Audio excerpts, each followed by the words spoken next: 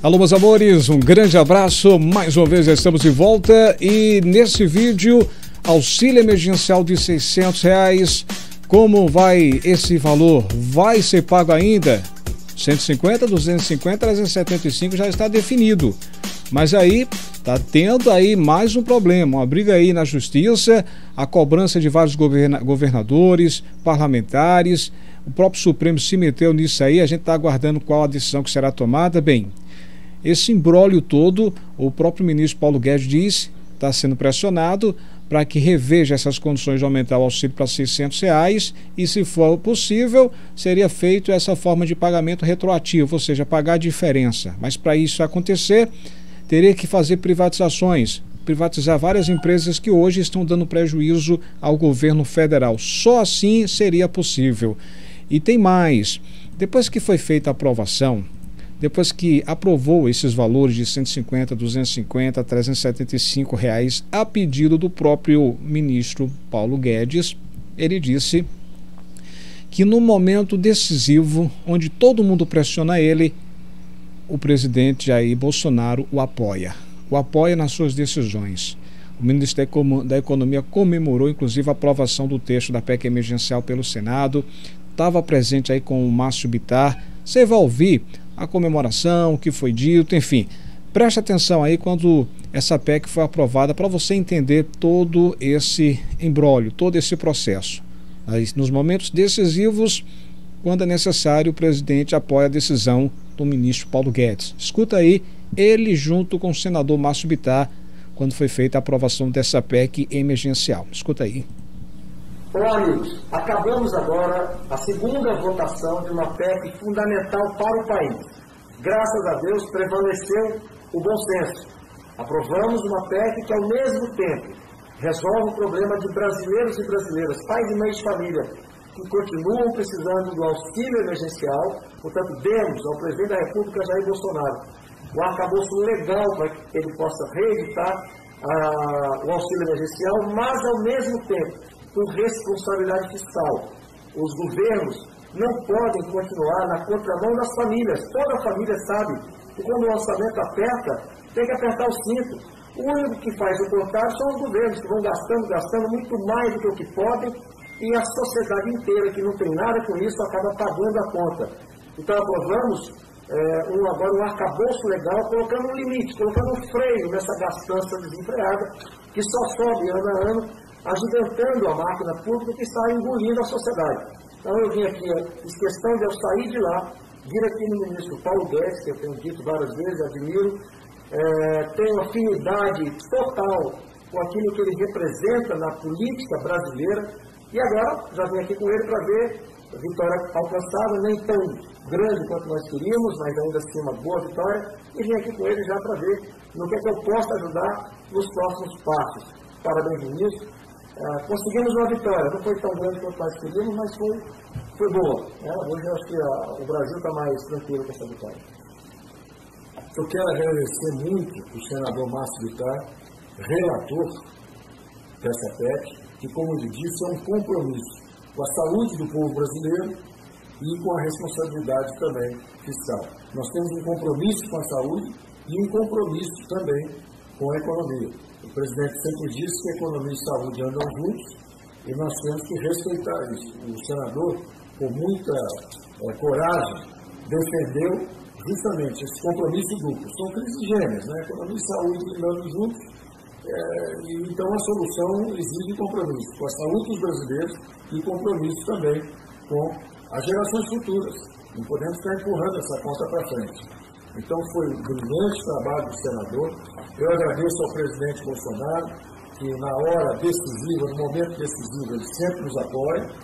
Agradeço ao senador Márcio Bittar pela coragem, pela valentia, pela lucidez de defender esse compromisso duplo. Porque é fácil defender só jogar o dinheiro. Então, parabéns pela sua responsabilidade. Agradecer muito também ao presidente Pacheco e ao Congresso. O Congresso votou maciçamente a nosso favor, né? Foram 62 votos a primeira, 62 votos a favor. Então, quero agradecer muito ao Congresso por esses 62 votos, a condução do presidente Pacheco e até mesmo numa antecipação, o próprio presidente da Câmara, Arthur Lira, em um determinado momento também, com muita serenidade, com muita lucidez, disse, olha, vamos manter o teto, vamos para o compromisso com a saúde, mas vamos também manter o compromisso com a saúde financeira do país, senão nós desorganizamos tudo. Então, é um dia muito importante para o Brasil. Nós precisamos de saúde, emprego e renda. Primeiro, a saúde. Sem saúde, não há economia. E, da mesma forma, a vacinação em massa que vai nos permitir manter a economia em funcionamento.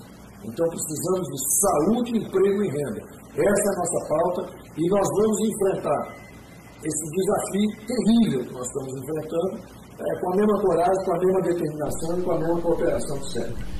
Pois é, você ouviu aí as declarações do ministro, né, o Paulo Guedes, justamente quando houve aí a aprovação dessa PEC emergencial que limitou aos 44 bilhões de reais. Ou seja, com esse projeto, o que é que acontece? Deixa eu explicar uma coisa aqui a você. Com essa medida provisória, né, essa medida, essa PEC, ou melhor, essa PEC aprovada, limitou aos gastos até 44 bilhões de reais. Por exemplo, se alguém ainda imagina que esse valor possa ser aumentado do auxílio para R$600, como era antigamente, essa PEC é como se fosse um limite. Para poder ter o aumento para R$600, tem que derrubar essa PEC que limita os 44 bilhões de reais. E aí é que entrou alguns parlamentares. Entre esses parlamentares, a deputada Fegali, a deputada federal Fegali, ela entrou com uma ação, apresentou ao Supremo Tribunal para que derrube esse limite. Porque qual foi o argumento? Se em 2020 chegou a pagar R$600 e R$300 e tinha um número de casos, e agora os casos são exorbitantes, ou seja, a pandemia aumentou, o número de vítimas aumentaram e em vez do valor aumentar também, caiu, né? Ou seja, baixou para R$150, R$250 e as mães R$375. Então, esse é o contexto. Consciente disso, os governadores em todo o Brasil estão cobrando, pressionando para que seja revisto essa questão desse teto dos 44 bilhões, que é justamente dessa PEC emergencial, porque só derrubando essa PEC dos 44 bilhões de reais que é possível sonhar com a volta dos R$600. Se não derrubar essa PEC, lamentavelmente não teremos o retorno dos R$600, para deixar bem claro, tá? Alex, mas o pagamento já está começando agora, dia 6 de abril, justo. Aí é que tá, paga 150, 250, 375 reais. Se a Justiça, se o Supremo, se os parlamentares vencerem, se os governadores vencerem essa batalha e conseguir sensibilizar o Congresso, o governo a pagar R$600, então a diferença, o complemento retroativo seria paga justamente nos demais meses, pagaria a diferença, né? Então, se você recebeu, por exemplo, 150 e se aprova 600, os R$600 ainda voltar, se é que volte, então você terá a diferença dos R$450 mais 600 seria o quê? 1.050. E aí funcionaria dessa matemática. Poderia pagar a primeira, a segunda, a terceira, mas se for aprovado, se conseguir derrubar esses 44 bilhões de reais que emperra, né, que é a volta dos R$600, o próprio deputado federal André Janus vem falando sobre isso também, vários parlamentares, é questão de ter sensibilidade nesse período em que ainda não houve a vacinação, né, completa, que volte a pagar os R$600, essa é a luta, essa é a questão.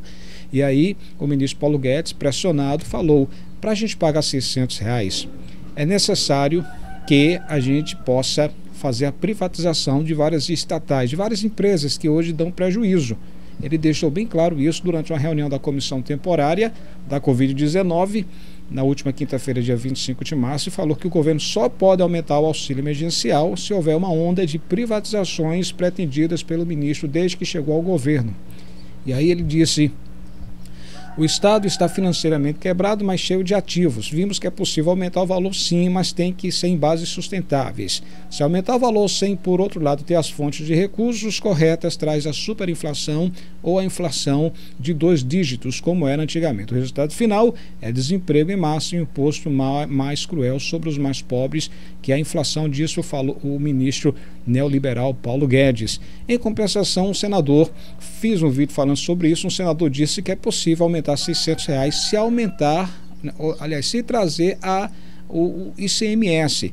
Se o imposto de ICMS voltar não para cobrar dos pobres, e sim daqueles que ganham a partir de 3, 4 mil reais acima, esse imposto de ICPMF, ICMF, esse imposto ICPMF, o que aconteceria? Com a volta desse retorno, né, desse imposto, aí poderia tirar esse valor para justamente pagar um novo auxílio emergencial. Então, só assim é possível que a CPMF, né? Muito bem, fazer só uma correção aqui. A CPMF, se trazer de volta a CPMF, então é possível pagar o auxílio emergencial de R$600. Traz de volta o CPMF, cobra dos mais ricos, ou seja, R$3 mil, R$4 mil acima dessas pessoas, durante 3 ou 4 meses seria possível pagar os R$600. Essa seria uma fonte para poder ter os recursos e pagar as pessoas que nesse momento estão passando fome, né? Estão enfrentando uma situação difícil. Então, tem fonte, tem como resolver? Tem. Falta agora o quê? Interesse? Essa seria a pergunta. Dá a tua opinião sobre tudo isso. É possível sonhar com R$600 ou esqueçamos? Vamos esquecer porque agora não tem mais o que voltar. Você ainda tem esperança nisso? Os governadores ainda aguardam. Os parlamentares também. A imprensa ainda bate na tecla. A própria opinião pública espera que seja um valor justo de R$600. Mas estamos no Brasil. Será que não vão fazer com que esses 4 meses passem e depois dos 4 meses acabou, encerrou e tchau?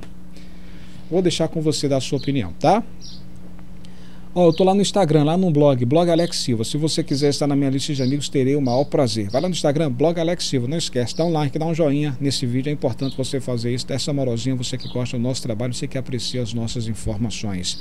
Até a próxima, pessoal. Dá a tua opinião sobre isso, hein? Agora, privatizar as empresas, feito a empresa de Correios e Telégrafos, venderia essas empresas, poderia pagar, mas aí vai demorar demais, né? E com o retorno do CPMF, pelo menos só no período de 3, 4 meses, depois excluiria, acabaria, só para pagar o auxílio de 600, é possível, dá a tua opinião. Até a próxima, tchau, tchau.